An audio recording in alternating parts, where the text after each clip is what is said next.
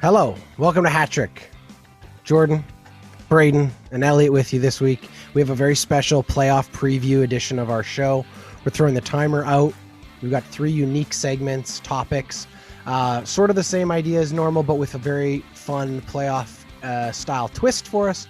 Obviously, weird end to the regular season for the NHL. We've still got teams playing meaningless games if they didn't get their games in before the cutoff, and we've already got teams in the American divisions playing playoff hockey. But for all of us Oiler and Maple Leaf and Canadian and Jets fans up here in Canada, Wednesday and Thursday is the kickoff to the playoffs.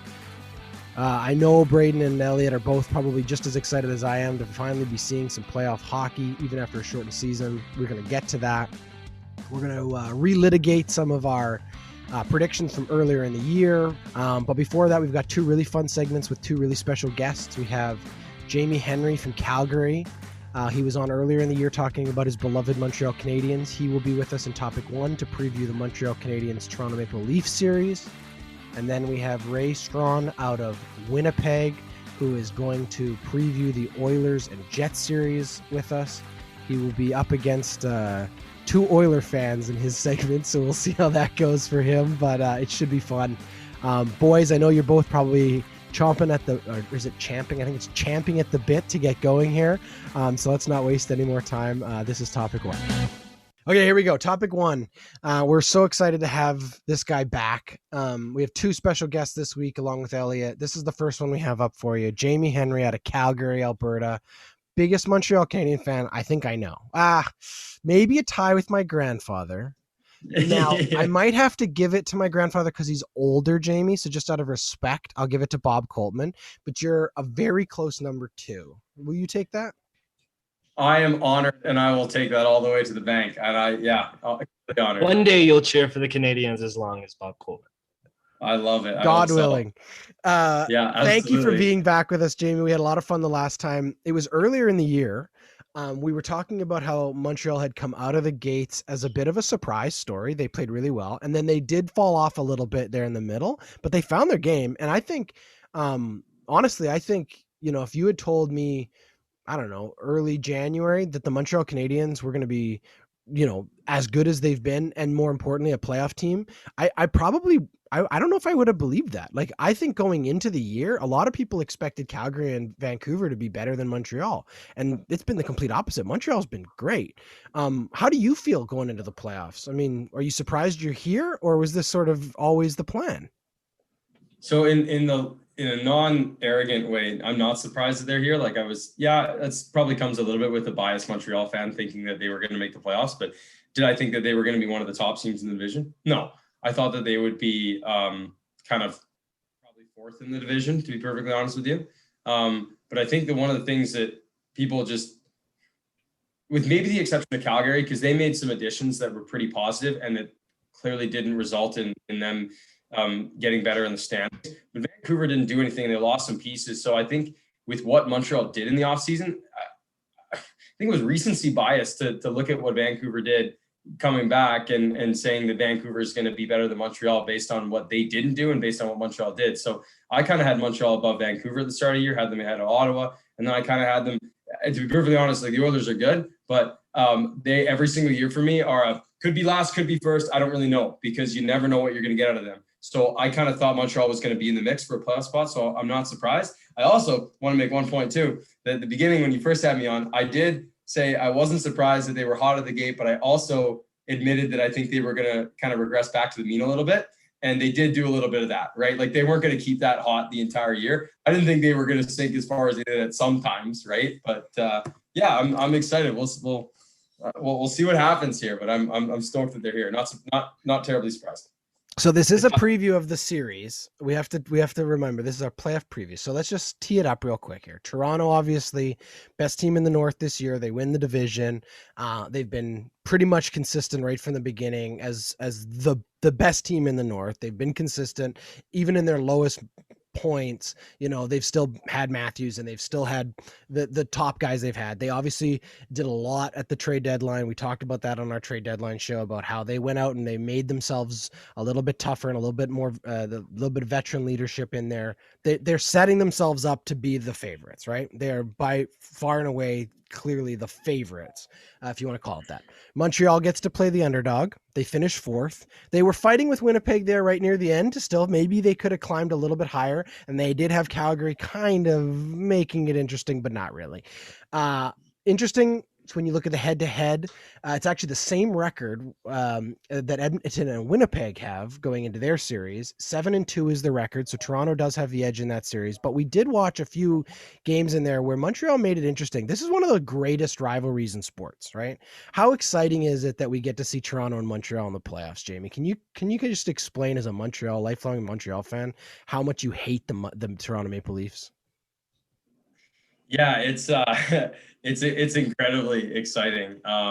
This is the type of, it's everyone's, it's too bad we can't have fans in the building, and I totally understand why, but it's the fact this doesn't happen very often, these two teams kind of going at it. And, we think about original six playoff teams, and if you think about Canada, whenever Canada thinks about the history of the NHL, they think Montreal, Toronto, because it doesn't matter where you were in Canada, outside of being in Ontario or being in Quebec, you were a Montreal or you were a Toronto fan, period. And there was rivalries across the country. It doesn't just those two cities go at it, right? So there's so much rich history there. And so, yeah, here's an interesting quote. And I should also preface this, you guys both know from my days, I was a massive Curtis Joseph fan. So at one time, I didn't hate the Toronto Maple Leafs. Didn't hate them. But I will say this, as much as I love Montreal, I also love that Toronto keeps failing and losing the first round. And so I don't know whether would rather Montreal win or just rather Toronto lose. It's a bit of I am a big Montreal fan, so I'd rather Montreal win. But there's also that motivation that I just, I kind of like the story of Toronto continuing to lose. I know that's a little bit mean, but it's well, here's the crazy thing is that everyone in the Toronto Maple Leafs fan wagon is feeling the exact same way when it comes to the Montreal Canadiens, right? Like they equally want, I don't know if hate is the right word, but they equally want that team to suffer when it comes to rivalry. It's so exciting though that to have Montreal and Toronto. I think of all of the rivals, like we see Tampa Bay and Florida. That's a good one for the state. It's nice that only one Florida team will come out of that. Yeah, right. But to see Toronto and Montreal in the playoffs is gonna be awesome. And if anything, it helps, I think, the underdog in that fight, because they have even more to fight for when it comes to that rivalry. Yeah, I would agree with you. And just to echo or piggyback off of that a little bit, I think there's one person in Montreal that has pressure right now to win, and that person's not on the ice. That person's Bergevin. Yeah, the illustrious. Yeah, and he made a lot of moves. And if they lose, I think he's finally might reach. He's been really tight with Jeff Molson, and Molson's given him a lot of lives.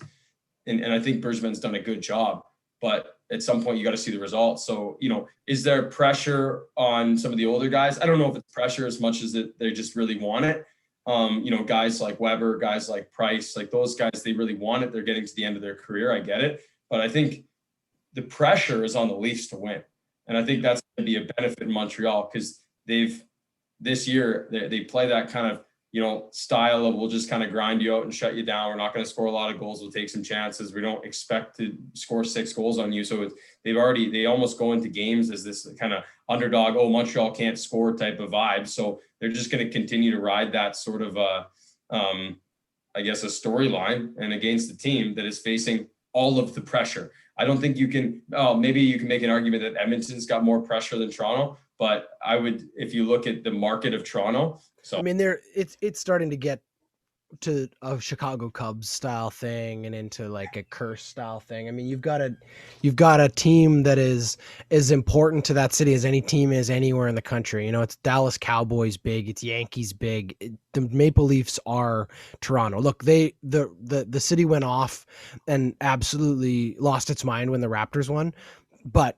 honestly, that's like 80% of what that city's capable of when it comes to the level of excitement when it comes to Maple Leafs. It's still a hockey town. It will always be a hockey town first. And I think you're right. I mean, Toronto's got an immense amount of pressure. Look at the media. I mean, every conversation is about how they're the favorite, and every expectation is that, you know, they shouldn't have a problem beating Montreal. They shouldn't have a problem beating whoever comes out of the other series. They should be the Kings of the North. Well, I don't know if it's going to be that easy. Let's go back to this, what the series looks like here. Toronto, obviously, we talked about, they got bigger, they got a little bit better. When you look at it statistically, they improved their team throughout the year, right? But they still have Matthews, who is an unbelievable in unbelievable form, right? If there's anyone other than Connor McDavid who's had like the best year of his career, it's Austin Matthews, right? The guy is scoring 2 goals a game. He's unbelievable pace. So 65 goal pace. Yeah. So, an incredible feat, only overshadowed by Connor McDavid, honestly. Somebody, you know, that Montreal's definitely going to have their hands full with. And then you've got Marner, and then you've got Nylander, and then you've got some size in old Joe Thornton, and you've got Spezza, you've got the shot coming from the point in Morgan Riley, and the question Brody, man, exactly. They are depth. But here's where the question mark is, and I think it's a question mark on both sides of this matchup. And correct me if I'm wrong, Jamie, but if it was me, I'd be going, well, the weakness for Toronto is in goal. Because I don't know what Freddie Anderson's going to look like. I don't even know if he's fully healthy. I don't know if Jack Campbell's going to play like he played a couple of weeks ago when he was on fire. But, you know, I have one Maple Leaf fan in my life, good friend of mine. Okay. I keep him at arm's length because he cheers for the Maple Leafs. But he would tell you the only thing that makes him nervous right now is not, can I score enough goals to beat Montreal? It's how many goals am I going to let in? Because we don't know what's in goal for them. The same question has to be asked of Montreal.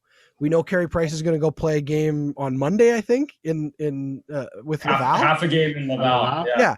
But we don't know what's in net for them. Now, you brought up earlier in the year Jake Allen. Let's just talk about the goaltending part of this conversation, because I think this series is going to come down to what team gets the best goaltending. I think that's what it's going to come down to. What do you think? Yeah, So I wouldn't argue against that, but I might argue that something else would take precedent. But let's talk goaltending first, and then we can go to that. We got 2 goaltenders here, so we might as well, right? Might as well. I agree. Totally. Yeah. So that's a huge question mark, obviously. Like, I think, in my opinion, I don't know how you don't start Jack Campbell. There's one knock on Jack Campbell right now. And the knock is, he doesn't have playoff experience. Okay. Jordan Binnington didn't either, and he always just up over his head. Cam Ward came in after to relieve. Who did he relieve? Arturs Urbe? Is that who it was, or somebody else? Yeah, might have been Stanley Cup. As a rookie, right? So like, I don't buy that argument until you prove me otherwise. So if he goes in for 2 games and he doesn't look good, Toronto's in a favorable position because they can put Freddie Anderson. So to me, the bigger question mark on Toronto's goal is not if Jack Campbell is going to be good. It's if Freddie gets in, is he going to be good? Is going to be my question, because he hasn't played in a while. And then flip it over to Montreal. Same question to Montreal. Jake Allen, I think, has been incredible for Montreal this year. Montreal is getting a few pieces back. Do I think that Jake Allen in himself is good enough with the Montreal team in front of him to beat the Toronto Maple Leafs if they are all playing like they have all year in a 7-game series? I would say no. However, Carey Price is supposed to be back game 1. And these are all big ifs. If Carey Price plays at level that, and there's no reason that we should believe he should, because he hasn't played at it yet this year, but he also didn't play at it last year except for in the playoffs. So if Carey Price comes back and played like he did in the playoffs last year, and like we've known him from 3 years ago, this is probably going to go 7 games, and it might be Montreal win it. So that's a major if. So I actually think the 2 ifs are not the 2 guys that are not Jack Campbell and Jake Allen. I think the 2 big ifs are, if Freddie Anderson gets in, is he going to be any good? And if I think probably when Carey Price gets in, because he's going to play, I think, in this series, is he going to be the lights out? But I think that's kind of where I rest on goaltending. Well, it's a major question mark, because I think that's a huge swing in the series, but it's probably more of a swing on the Montreal side, to be honest with you, because Montreal doesn't score a lot of goals to be with. So even if Freddie Anderson's really bad, is Montreal putting up 6 goals? I don't think so. They'll have 3, and they'll probably all be scored by Toffoli or something like that. Yeah. But to me, it's more if Jake Allen is in the net and Toronto is playing lights out offensively, you're going to expect over a series Toronto to score in games that they win four goals minimum, probably, even if Jake Allen's playing well. Like Toronto's they're really great offensively. If Carey Price is in net playing like lights out, that number goes from potentially 4-2, just because of this that he can make that not many goalies can make on the planet when he's on, right? And those are the two that would end up in the back of the net against a different goaltender. So then all of a sudden, you're not asking Montreal to score 5 goals to win a game. You're asking a team that doesn't score a lot, but then they score maybe only 3 to win a game, maybe 2. So the biggest question mark to me in net is probably Carey Price. Yeah, I got to agree with you. I mean, I think Jake Allen, if he were to come in and play, I don't think he likes being a backup. I don't think he did in St. Louis, and that's what made him leave. Yeah, there's much to prove on the back end there, and I think the underdog thing, it's similar to what we're going to be talking about with Winnipeg. That's fuel. I think that's gonna help. Yeah, and I guess the other, going into the thing that I think is actually the bigger difference in the series is, I mean, I guess you could say Carey Price is probably the one biggest wild card, as we just kind of talked about, but I don't know if I don't know. I look at there being another big key factor, and that key factor is, as you mentioned, the weapons that Toronto have up front. There's the gentleman that you said, Austin Matthews, is going to score a lot of goals. So far, Montreal's been very injured for a lot of this time, right? 2 of the guys that are on a line together that haven't played in the last little while, and especially the last long while, Brendan Gallagher is one of them, and the other is Phillip Danault. Now, Phillip Danault hasn't had a great season this year, don't get me wrong, but when he's in, when he hasn't had a great season offensively, he's still a shutdown center. And in the games that he has played against Austin Matthews, and they line match him, and they're able to get those matches at home, when they're able to get the change, Matthews does not have nearly the amount of chances that he has in other games, or when Danault's not in the lineup. And Gallagher as well, like when he's on the ice, the puck's in the offensive zone, he's just so good. Like he just causes havoc, and it's always there. They play together with Tatar. So if those guys come back healthy, and they're expected to play game 1, if those guys come back healthy and play 1, I kind of think they can probably shut down Austin Matthews' line. So then is Austin Matthews still going to score goals? Yeah, he's going to score goals, but he might 8 goals, right? So they might be able to shut him down. So then the question mark I have there is, okay, line up the second line then. Okay, so Tavares, Marner, and I don't know, so if Foligno's playing Hyman or somebody. Yeah. Hyman sometimes plays on the top line, or either way, Tavares Nylander line, fill in the third. Montreal second line is Suzuki, Toffoli, and Anderson. I'll take that. Yeah. I think Anderson's been one of the best wingers in the North Division this year. Like he's been a stud for the Montreal Canadiens, and he's a big guy, so it's going to take a lot to slow him down, and he scores goals. So. Totally. The series to me is going to be decided on Spezza and Thornton. These guys have a ton of experience, and Spezza has shown flashes this year where he's took the team and said, "Oh, don't worry, guys, I got this one." And Thornton has a couple of streaks where he's been really good. And talk about 2 guys who couldn't be more motivated than those 2 to get it done. Yep. The fourth line is better than any fourth line Montreal can put on the ice. But you know what, Jamie? So too does Eric Stahl and Corey Perry, man. Like there is some serious experience on both of these teams with, and they've got a lot to prove. I think we're going to be talking about that. That's a good point. We're almost at the end of our time here. We're going to do some lots of predictions on this episode, obviously. Third topic, we're going to talk about predictions for the whole thing. But here's the predictions for this series. How many games and who wins the series, Braydon? I've got Toronto getting bounced in the first round. I like it. That's my prediction. Because I think that Carey Price is going to have a Curtis Joseph type performance, aka phenomenal. I think Shea Weber is going to shut that Toronto Maple Leafs team down. Justin Anderson is going to put up some crazy points, and he's going to be very physical. Justin Anderson. Josh Anderson. Who's Justin? Josh Anderson. It only comes up as Jay Anderson in my fantasy. So, for the whole season, he's been Justin. Justin's been doing a really good job there. He's been doing fantastic. Yeah, I've got Montreal bouncing Toronto in 6 games. Ooh, nice fun series. Okay, all right. Well, I'm gonna bring the party down a little bit here. I think Toronto's gonna win this one. I'm an Oilers fan, so I also have to think, what do I want? And as much as I want to see Montreal win, I need the story to be that a 39-year-old goalie and Mike Smith and Connor McDavid, who's the best player in the world, have to beat Goliath. They need to be the underdogs in the second round because I hate being up against Winnipeg as the favorites. I hate it. I want to have that chip on our shoulders. They were decimated earlier in the year by Toronto, so I need the second round series to be Toronto. I'm sorry, Jamie. I have Toronto, and you're also not going to like this. I have Toronto in 5. Oh. Okay. I give Montreal 1. I spot Montreal 1. I think Toronto goes up like 2.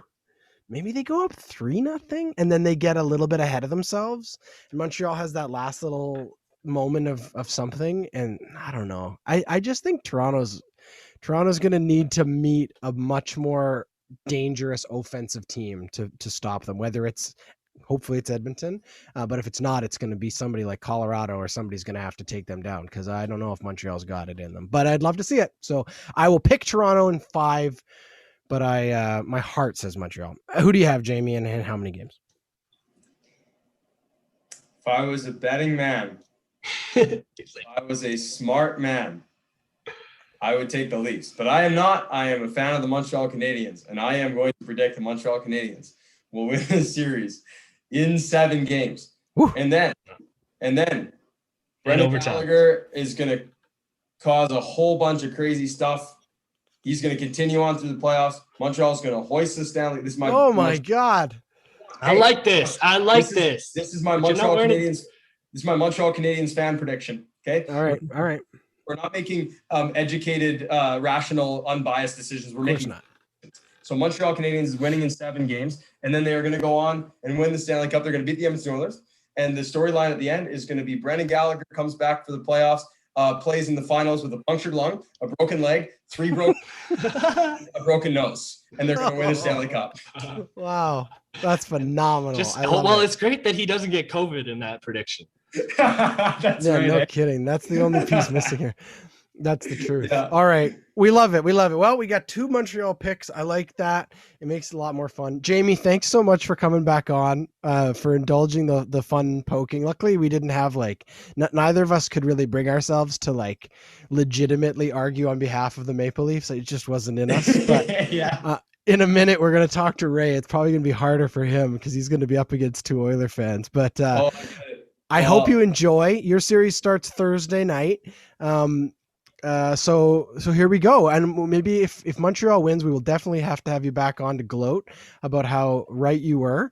And even if they don't, maybe we'll have to have you back on and you can tell us what we were wrong. But either way, I hope you enjoy the series. I hope it's fun. I hope it's 7 games. That'd be a lot of fun. Yeah. I hope you guys enjoy your series too. Hopefully we get an Oilers Montreal second round, and we can get on as well to do some bold predictions on that. That'd be dope. Thanks for having me on, guys. I love what you're doing with the pod. Keep it up. Thanks, buddy. Thanks, All right, buddy. that was topic 1. Hey, topic 2 this week is brought to us by Roma Pizza and Donair. Look, we all know that the best thing about Edmonton is the many Donair options. And I know if you're like me, it can be overwhelming and stressful trying to hunt down the best. Well, my friends, we have found it, and it's time you did too. Roma Pizza and Donair in Westbrook Aspen Gardens is Edmonton's best kept secret. There's nothing quite like piping hot meat getting shaved and served with a generous ratio of sweet sauce. And look, I know someone out there is saying, yeah, no, that's not really my thing. Well, hold your horses, because there is more. Roma Pizza and Donair not only serves Edmonton's best donair, but they also offer Roma's pizzas, dinner platters, chicken wings, chicken fingers, chicken nuggets, chicken tawuk, salads, subs, burgers, baklava, coconut cake, and with summer right around the snow-covered corner, they also have summer specials, deep fried pickles, and deep fried Oreos. But hey, don't take my word for it. Sometimes tasting is believing. To order, call them at 780-944-9696. That's 780-944-9696. They're open every day except Sunday from 11 to 11 and open till midnight Friday and Saturday. You can also follow them on Instagram at Roma Pizza Donair. Okay, topic 2. This is the one I know Braydon and I have been looking forward to. We got our friend from Winnipeg, Ray Strachan is here. How you doing, Ray? Welcome back. You're a little outgunned here. There's 2-on-1 Oiler fans to Jets fans. But you know what? We had such a great time with you a couple weeks ago. We were talking Jets, and I hate to do this to you, but you did call this one. You did say, "Hey, if we get into the playoffs, we want the Oilers." So how you feeling now? You know what? I'm worried. McDavid is feeling it, and we are not. And usually, if you're cold going to the playoffs, it doesn't fare out too well for you. But I think we do have the tools to do it. If Hellebuck starts on a Conn Smythe campaign, I think we still can take this series. I don't think sorry, I'm all talking craziness. Before we really get into it, I'll let you all keep going. No, but that's good. I'll stand by my Jets. I'll come up with a number before we're done, though. I like it. All right, let's just really quickly. I'll give you the little season recap here. Set us up for this series. This is a series that we kind of, like we said, Ray said he wanted the Oilers a couple weeks ago. We said we wanted the Jets, and I think a lot of people in both of those two cities have seen this one coming for a little while. Obviously, because it was pretty predictable where the Oilers were going to finish. Once we knew the Maple Leafs were going to lock up the top, it was either going to be in second or third, and Winnipeg was either going to be in second or third. It was sort of where it was meant to be. It got a little dicey there near the end for the Jets. They went on a little bit of a slide, and Montreal got exciting, but Montreal just didn't have enough games left to try to pull it out after their COVID break. Here's how the head-to-head matchups this season. The Oilers did have the advantage. Remember, they played 9 times. Usually that would take like 3 years to get 9 games in against each other. It's crazy. Yeah. But Edmonton finished off with they got the better of them in the end. They lost a couple early, and the series went to Edmonton 7-2. So Edmonton did really did sort of have their number second, especially later in the season. McDavid obviously on his campaign to 105, which is insane. So that's obviously the biggest storyline. Can the Jets contain McDavid? But the Jets are sneaky good when they get into those positions where that like we said on the last time we had you on, you were saying they just can't get down early. If they can stay in a game and stay competitive, they got some dogs there who can chase down the bone near the end. Scheifele's been good this year if he can stay healthy. Connor's been good, and as you said right off the top there, Hellebuck's the key. But when I look at this series, I really feel like it's going to be one of two things. This is either going to be like a dogfight all the way through, and both teams are going to really bring it, or this is going to be over quick. Yeah, I think if the series goes long, and I might have said this last time too, and it's not that I wanted to see Edmonton. I thought that's how to kind of shake out. If it goes long, I think it's our advantage. I think we have the depth to really draw it out, especially if the games are close earlier on. If we can really grind them out, lose 3-2, 4-3 earlier on, but still stick around, I think that's to our advantage. And I think mainly, because of Hellebuck, but also because of those veterans. It's something about the playoffs where guys like Wheeler, Scheifele, Perreault, who have been there before into the Western Finals, if they wake up, and hopefully they do for the playoffs, if they go into playoff mode, I think we can hold our own. But like you mentioned earlier, if we get down early, I don't think we have the horses to keep up the pace if Edmonton just starts feeling it like they did at the end of the season. Absolutely. And so the other player that you didn't mention yet, but has sort of been an interesting storyline out there in Winnipeg, at least from afar, let's admit, I've watched the Jets when the Oilers have been playing them, and I watched a couple games a couple weeks ago when they were playing Vancouver. But when you look at it, Dubois really needs to be the player that, he's capable of being for the Jets to really have a chance to go deep in these playoffs. That seems to be the case. I mean, you brought him in for a very specific role. Has he filled that role? Does he have a lot more room to grow? Like, how is this going to work? I'm hoping he is. Yeah, I'm hoping he has room to grow. I think he's been there, defensively. He's been there responsibly, but we just don't see that push that you'd expect from a number one center like Dubois that has that size and has that speed and showed us what he could do last year in the playoffs. Man, if he comes into that shape in the playoffs, watch out. That means we're running 3 good lines. And I think that's really where the depth comes in with Edmonton. If we can run 3 lines heavy on you guys, I think we'll be able to hold it off a bit. Well, that's the key for sure, because the Oilers have had success this season when they've met teams that haven't been able to contain their top guys. But the depth for the Oilers is also probably the weakness there that as an Oiler fan we're aware of. You know what I mean? We've had some guys. Jujhar Khaira had a better season this year than last year, and it's been nice to see in the last couple games. Mind you, a couple of them have been kind of meaningless games against a Vancouver team that knew that they had very little to play for. So it's hard to say, how much of that you want to take into consideration. But, James Neal's had a couple goals recently.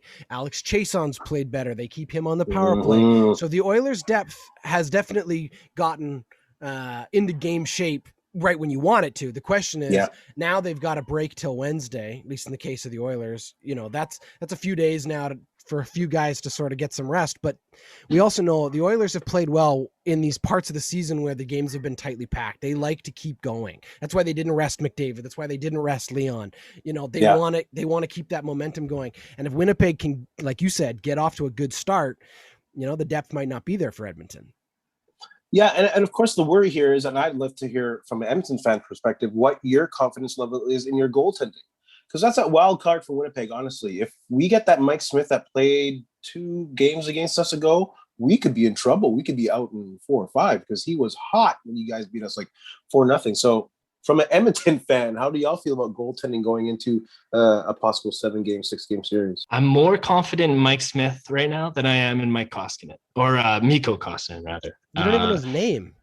Koskinen, he hasn't even been in the net this year. That's how little he's played. Literally, the fact that he lets in a goal on the first shot of the game, like more than he's been in net for the Oilers, is frustrating. So my confidence is in Mike Smith right now, and I know that the confidence in the Oilers comes when Mike Smith is behind them, and so I know that they play well. They play a lot better when they know that he's in the net.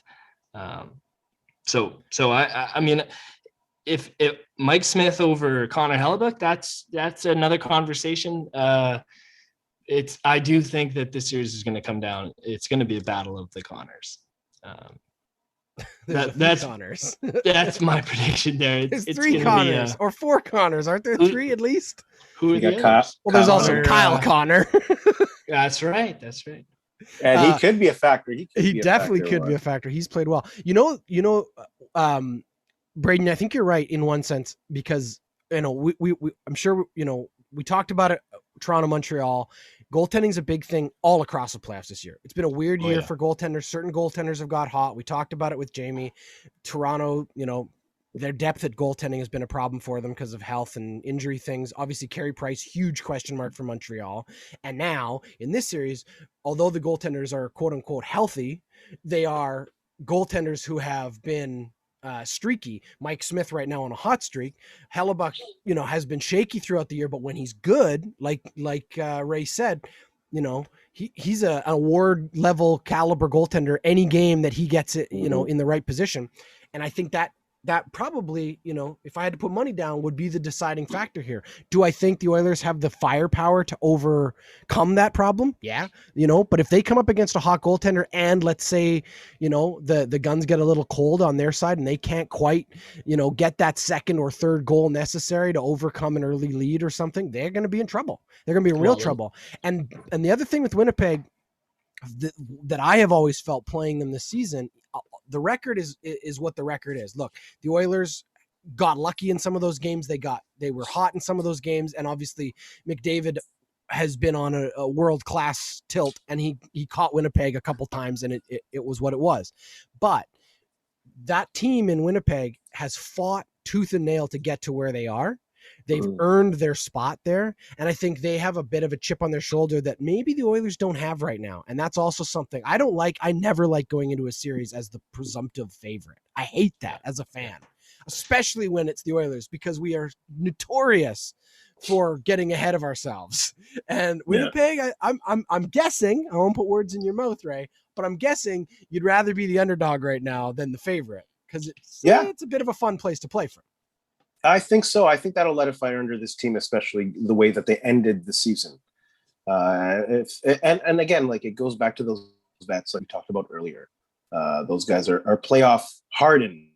and hopefully that that shows up. And and another factor that I think about often and hope to see is the Jets playing physical game. We can't keep up with you up and down the ice, but if we pound you for the first 2-3 games, 1 or 2 games, and really wear you down, that might be an opening for the Jets as well, because we do have a big, fast team still. Yeah, and the thing that you saw, like what happened when Toronto took over the Oilers was the same thing that's gonna it happened with Winnipeg. Is the minute that a rush goes the other way, we don't have the depth to be able to keep up with the lines that you guys have in Winnipeg. And Connor Hellebuck was asked today too the exact same thing. Are you guys comfortable being an under? And he's saying no. I mean, yes. Like I love I'll use it. And right now the Oilers, all they have to use right now is the skill and domination that Connor and Leon have been providing. But the rest of it, I mean, it'll be interesting to see down the stretch here with well, and the other thing, I mean, there's lots of things, but one of the interesting storylines with the Oilers all season has been the fact that you've got these 2 world-class players at the top who are obviously, I mean, they're the 1 and 2 in points. I heard a statistic yesterday, like Connor McDavid, even if he hadn't scored a single goal, would still be 2nd overall in points for the entire NHL, just on his assists alone. It's insane. But here's the other thing. Do you know who number 3 and number 4 are? They're both defensemen. That's where our secondary scoring has come from. Tyson Barrie is the 3rd highest point scorer for the Oilers, and Darnell Nurse is number 4. So and then it drops off. And then it drops off fast. So you've got 4 guys who are doing a lot of that heavy lifting, and 2 of them are on the back end. So Winnipeg needs to exploit that if they're going to find success in the series. They obviously have, a good coach. They have a good system. They've got some great guys who can go and get it done. They need a goaltender to stand on his head. And then they need to just sort of weather the storm when the McDavid, firefight starts, because it'll happen. McDavid's going to get some chances. The power play for the Oilers has been hot all year. They're going to get some chances, but Winnipeg's just got to be able to sort of rope-a-dope them a little bit. And hopefully, as Ray said, just not get down too many early, because they can fight their way back in games. We've seen that. But I'll tell you right now, if it's not a fight like that, it's going to be over quick. So that's where I want to go next. What are our predictions? We love to play the prediction game on the show because we have it documented and it's on the record, so that way later we can hold it up against people. But like I said, where Ray said, "Oh yeah, didn't you want the Oilers?" And he's going, "I don't know if I wanted the Oilers. I just said that's who I thought we'd have." I don't know. I think you said you wanted the Oilers. Anyway, who do you have, Braydon, and in how many games? I think I know who you have, but in how many games? I've got the team on the front of my chest here. I've got the Oilers in 5. My prediction here is that Connor's going to come out hot the first 2 games here at home. Winnipeg is going to bounce back at home with a game, and then I think we're gonna tie it up in 5. That's my prediction. All right, Ray, what are you taking? I'm gonna go Winnipeg in 6. Okay. I think Hellebuck's gonna stand on his head. I think Lowry's gonna have a good time with McDavid, to be honest with you, if he's ready to go. And I think special teams will be a big deal. Winnipeg also has a good power play, so Winnipeg in 6, boys. All righty. Yeah, I'll take my power play over anybody's any day of the week. I think the Oilers win it in 6. I think it's going to be a more entertaining series than anyone's going to have hope for. I think Winnipeg and Edmonton split the first 2 games, and then I think Edmonton goes up by a couple, and then they just can't close it out in 1. They need a couple to get it done. But I think Winnipeg's going to give them a hell of a fight. I think McDavid and Leon will be their regular selves. And I think, going back to that earlier question, I think we are watching history with Mike Smith. I think Mike Smith has something to prove. 49 years old. He's probably never going to play this well again. He's never played this well before. Yeah. But hey, it's a hell of a story if it works. And I'll tell you what else is a hell of a story. If Winnipeg pulls it off, it's a hell of a story for that team moving forward. Wouldn't you like to be the team that took down the 105 goal scorer too? That's a hell of a sort of a badge to wear into another series against whoever comes out of the East in Canada. Yeah. Ray, thanks so much for being here. It was so much fun to have you back. We're excited for this one. I know the trash talk will continue for the next couple weeks. I'm sure that you'll be in all white for Wednesday. That's still a thing, right? The whiteout, is that? You betcha. That's you betcha probably the whiteout lives forever, man. I mean, there's no fans in the building, but I know everybody across the province of Manitoba and all those Jets fans sprinkled everywhere else will be in white on Wednesday. And the Oilers, I guess we're doing like an orange crush thing. I don't know if that's still a thing, but either way, we'll see who comes out. Thanks, Ray. Appreciate it. And, thanks for having me. Best of luck to those Ray. Jets. All right, that's topic 2. Thanks. Spring in full bloom, it's gardening season. For 18 years, Zocalo has been providing Edmonton with plants, gifts, and flowers. This local flower boutique is located right in the heart of Edmonton's Little Italy.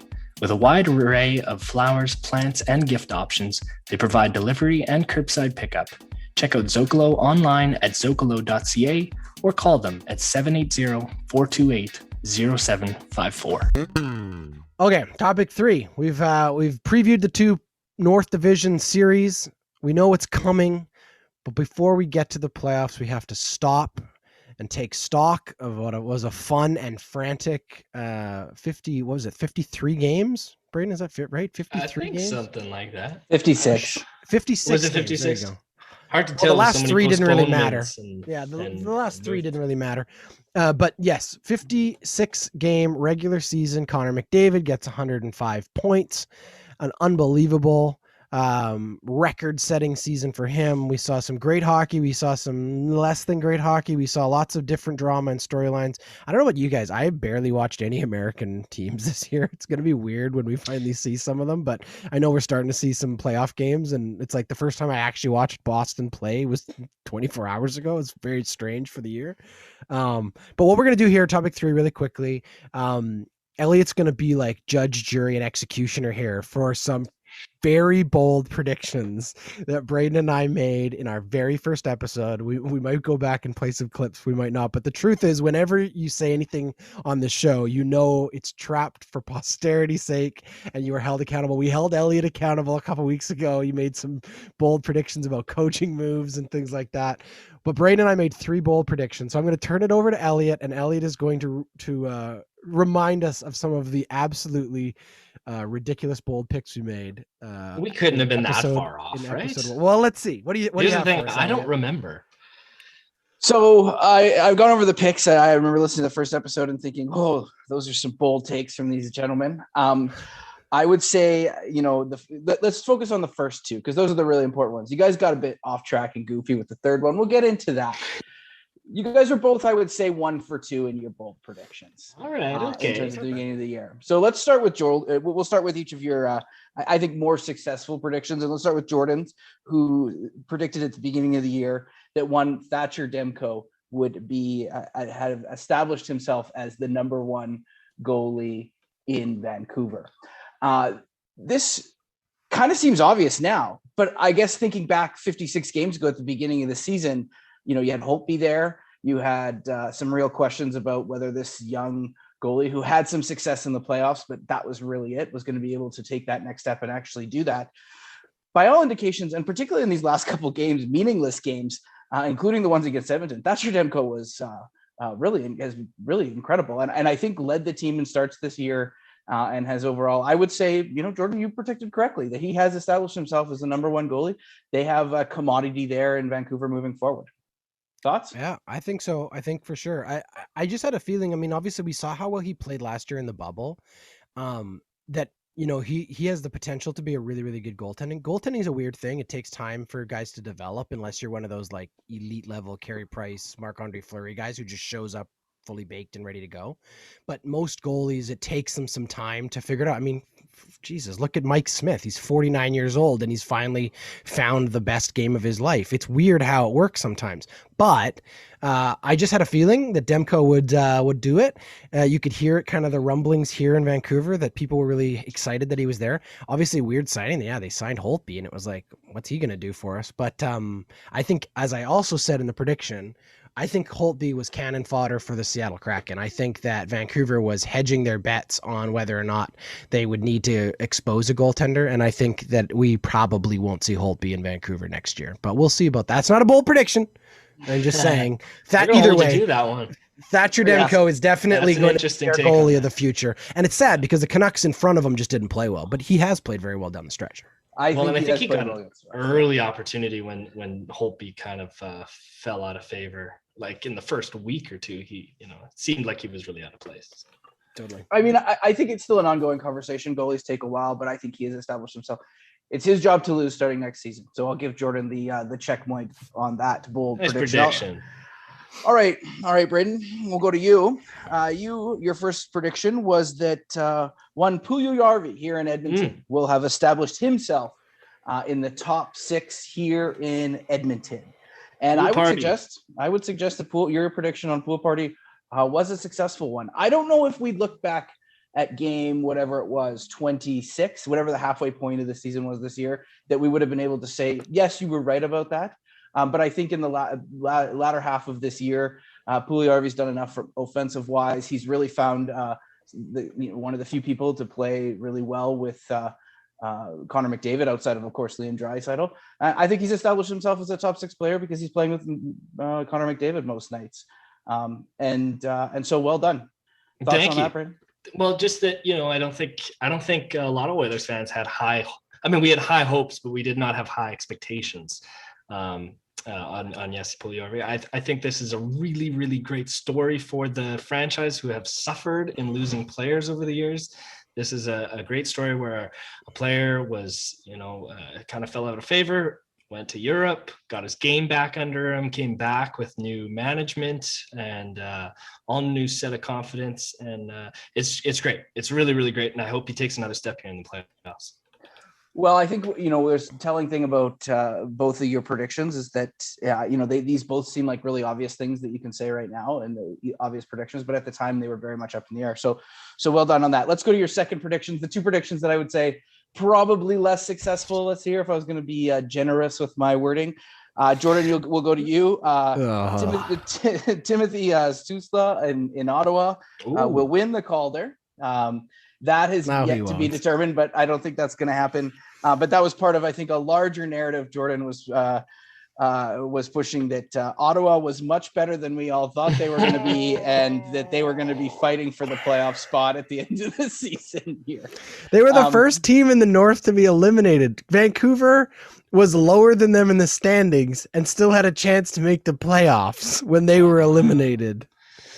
Now, that was a bad thing. Stützle wasn't far off from that conversation, I gotta say. Like, he had a really, really strong rookie season for a bad team that he was on. And if there wasn't a guy like Kaprizov just playing lights out with Minnesota, I think Stützle would be higher in that conversation. Or if Ottawa had even played a little bit, not maybe, I mean, fighting for a playoff spot, I think was a real stretch to make a prediction this year. But if they had played even a little bit better, particularly out of the gate. I mean, they did finish the season, last 10 games, 7-2-1. And so there was what would have been a bold prediction to make?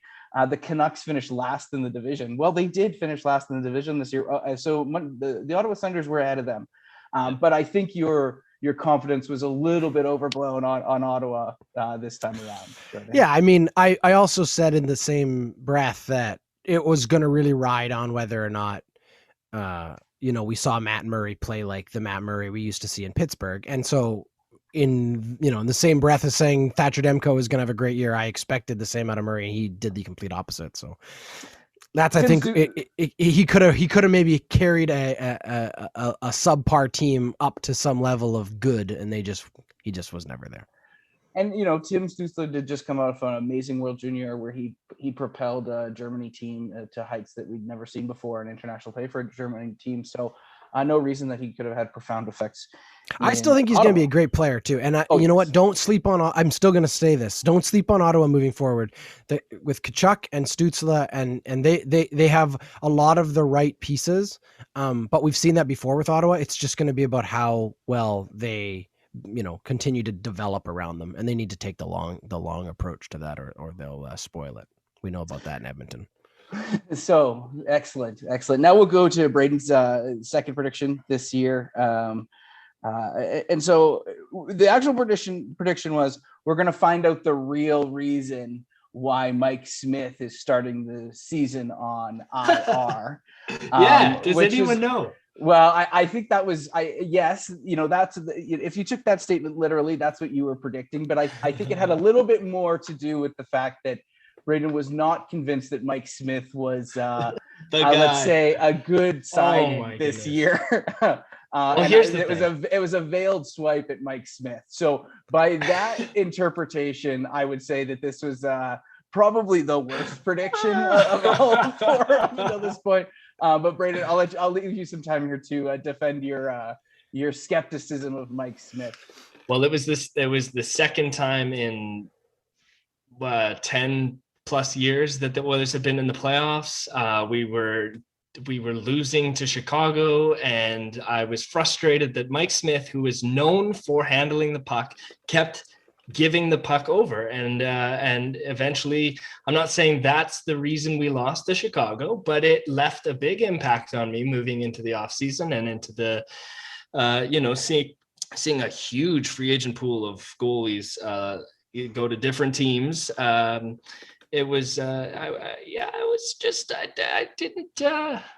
didn't have full faith in Mike Smith, and I'm glad that he showed me otherwise this season. Well, just for a second, look at those other free agents. Let's just relitigate this. I love doing this later because we always talk the day after free agency. Who won? A day after trade center. Who won? Now you get some actual rubber to the road here. Matt Murray to Ottawa. Flop. Wow. Jacob Markstrom to Calgary. How much hockey are they playing right now? They're playing another team that's not in the playoffs. They're playing another team that's not in the playoffs. How about Robin Lehner in Vegas? Guess who the number one goaltender in Vegas is right now? Oh yeah, the other guy, right? Yeah, but all of these big signings, all of those options, I'm still taking Mike Smith now over any one of them right now. Oh, for sure. Yeah, I mean, I think the only one that's debatable is Markstrom because you still have 4 or 5 years left on that deal. It's new coach. Calgary was a tire fire this year, but but that being said, take his year or Mike Smith's year, absolutely 100% Jordan. But I think if you're relitigating it, you got to give that one some more time. But I would agree. Mike Smith was a deal. And imagine that, a guy that's worked with him for what's the Tippett's relationship? 10, 12? 3 years. 3 teams. I mean, 3 teams. Yeah. He had some idea of what was going on in the offseason with Mike Smith and where he was at, and they took a flyer on it. I mean, is Mike Smith the long-term solution here in Edmonton? No. There's Braydon, nothing long-term about a 49-year-old. He's 39, first of all. Oh, shit. But at 49, it would be something. It would be something. No real. Kidding, 39. You're right, but there's still nothing long term about 39. Hey, I'm gonna cut Bray some slack here. Listen, there were a lot of people in that camp to start the year. There were a lot of people really mad at that contract when I got signed, and were really skeptical of Mike Smith going to this year. He's proven a lot of people wrong, and that's that. For the record, we still don't know the answer to my prediction, other than maybe the fact that they needed to see how bad Koskinen really was so that Mike Smith could fit in there.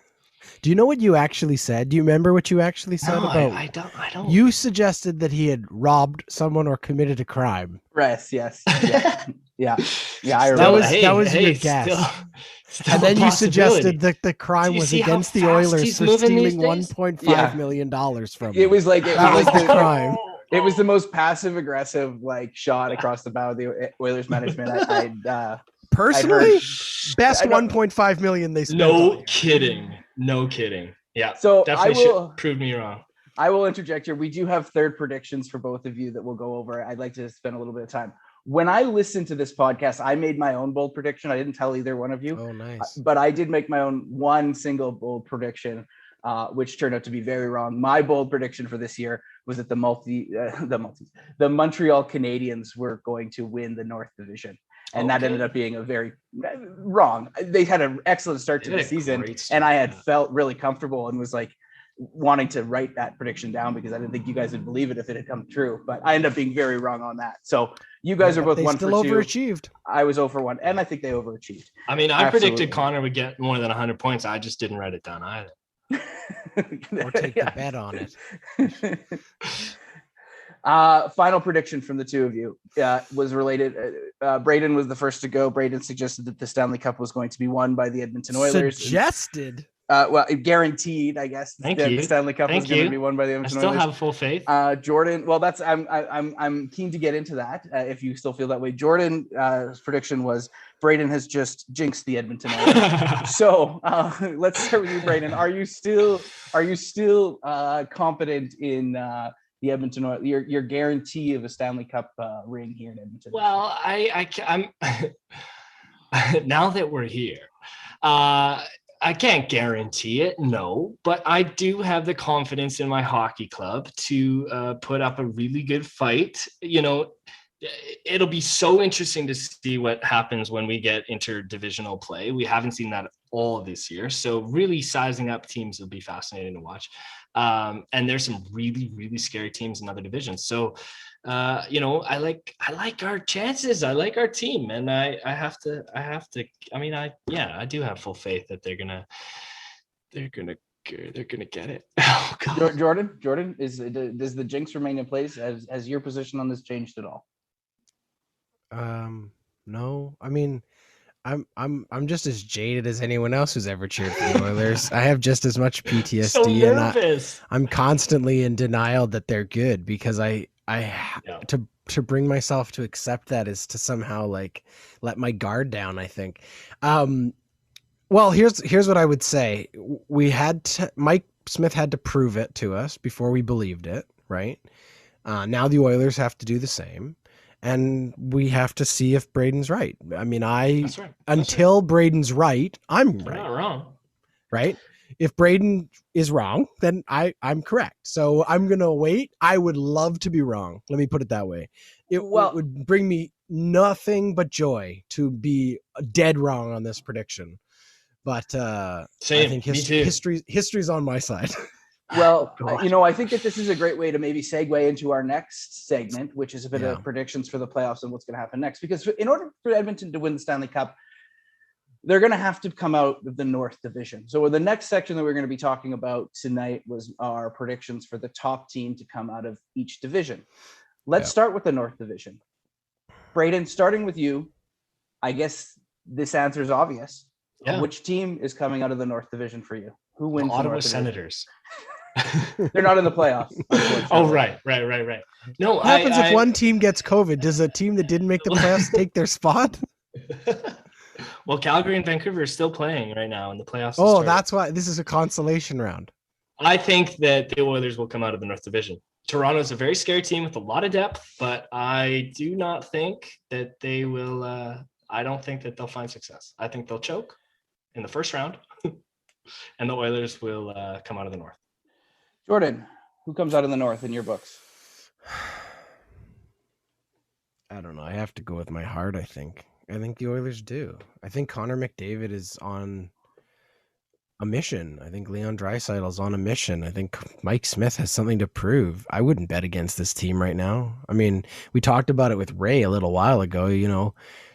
The 3 and 4 guys on this team points wise are 2 defensemen. I mean, this team has guys who are completely overachieving this year. And it just, there's a touch of destiny about it. Look, Toronto has something to prove. Montreal and Winnipeg are the underdogs. They've got something to prove, but I still wouldn't bet against the Edmonton Oilers right now.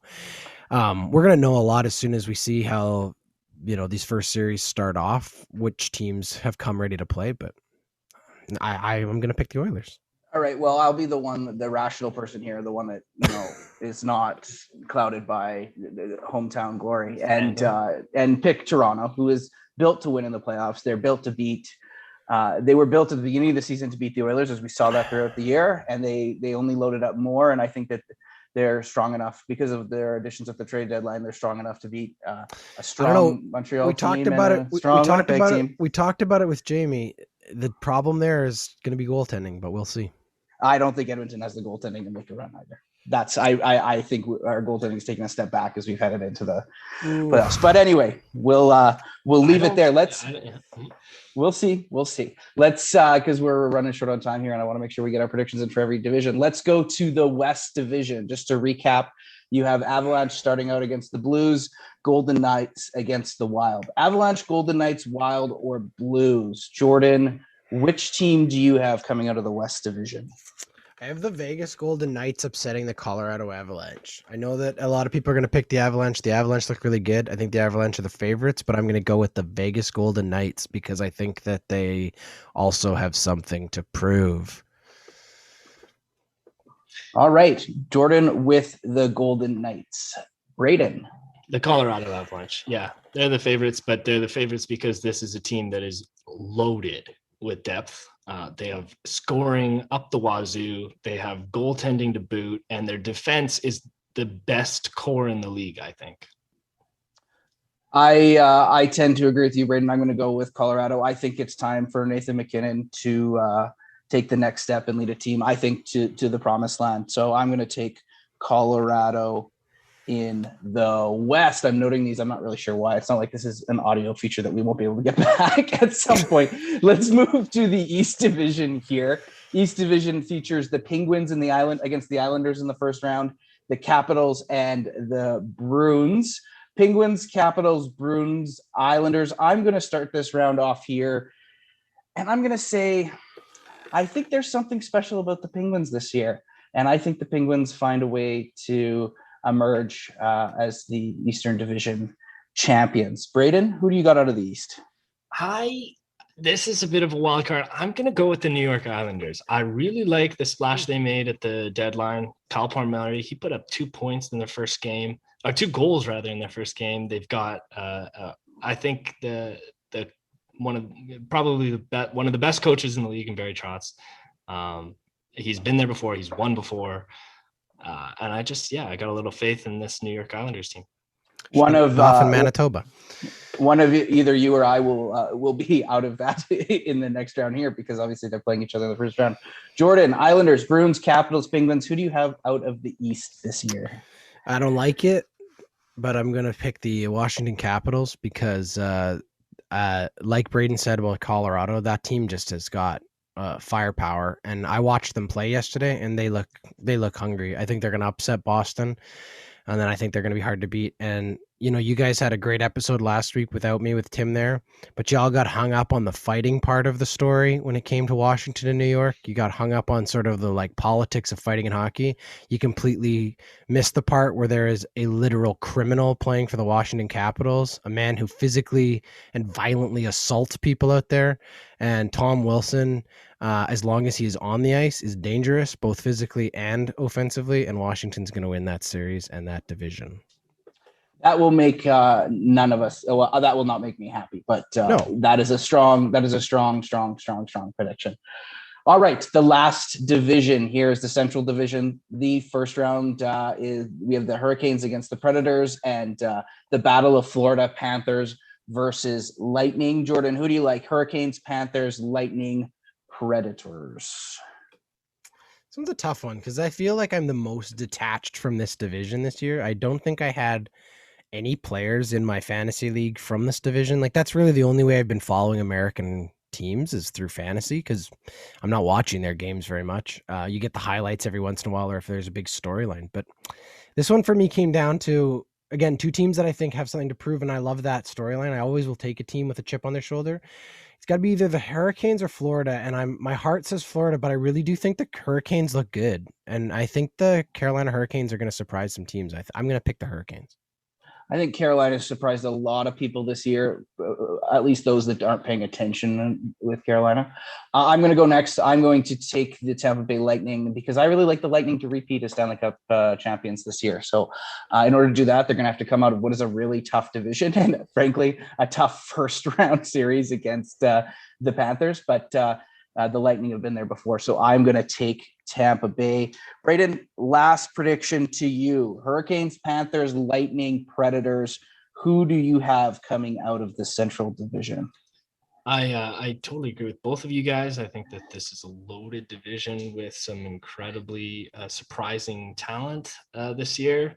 I do not want to see the Tampa Bay Lightning repeat. I like the team. I like what they've got, but I always love a new team in the finals. I think that the Florida Panthers will not necessarily get to the finals, but they will come out of this division. I think that this team also has a lot to prove. They've got some really good talent. And just like I said with Barry Trotz, they've got a perennial championship coach in Joel Quenneville. manning that ship. He's done it. He knows how to do it. And I got the Panthers.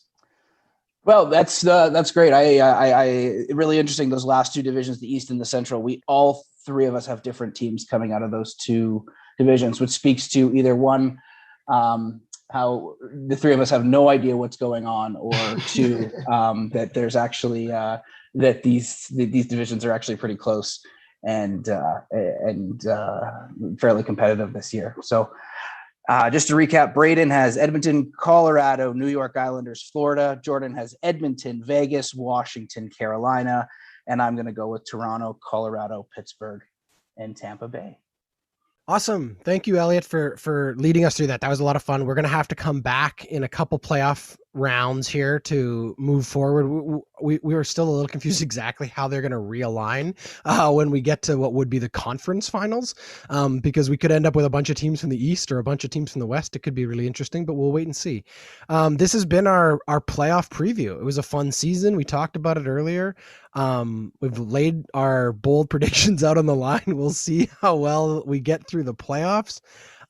Thanks to Jamie for joining us. Thank you to Ray for joining us. Obviously, Braydon and Elliott every week for joining me. And this has always been a lot of fun. We'll be back next week. It's not like this is the end of a season or something. We got playoff hockey, boys. Go Oilers.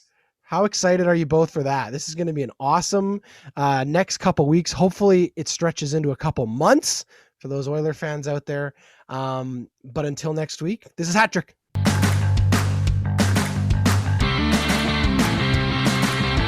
HatTrick is a member of the Ordinary Podcasting Network. It's produced every week by Jordan Dowler-Coltman and Braydon Dowler-Coltman. You can follow us on Instagram, Twitter, and Facebook. Thanks for listening.